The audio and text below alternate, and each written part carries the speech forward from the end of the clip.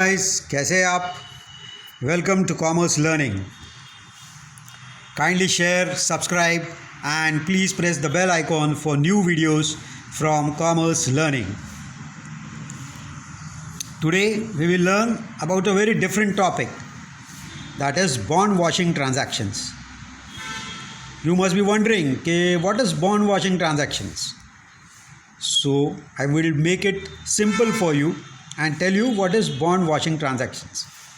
A bond washing transaction is a transaction where securities are sold sometime before the due date of interest and reacquired after the due date is over. That means that if you have some securities, that is shares or debentures, and which is sold before the due date and then reacquired after the due date is over, is known as bond washing transactions. In other words, you can say, for an example, if you have, say, securities or debentures, and the debenture interest which you will receive on, say, 28th of December is 1.5 lakhs. So what you do to evade the tax or to lower the tax from your side, what you do is you transfer the debenture on some of your friends or relatives of any or other name on 30th of November.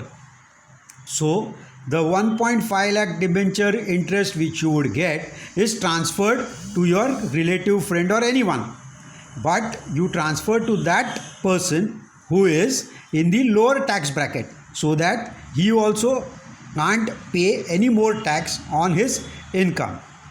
So this is done to evade tax by the first debenture holder, and he transfers his debentures, the interest he transfers it to the other person, and then after the due date, he again purchases it from the relative, friend, or anyone, and then he again gets the debenture to himself.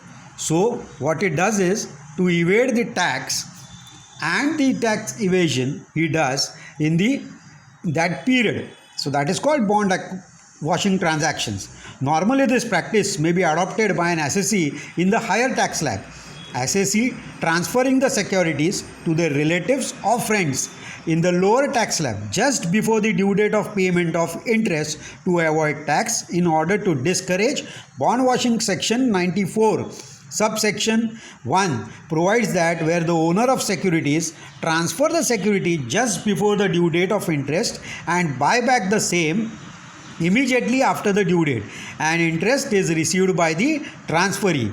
So in such cases, what as income tax has done is, the income tax does a penalty to the transferor and not the transferee who has received the debentures but who has sent the debentures to the relatives or friends or anyone. So income tax has done a penalty to the transferor and not the transferee.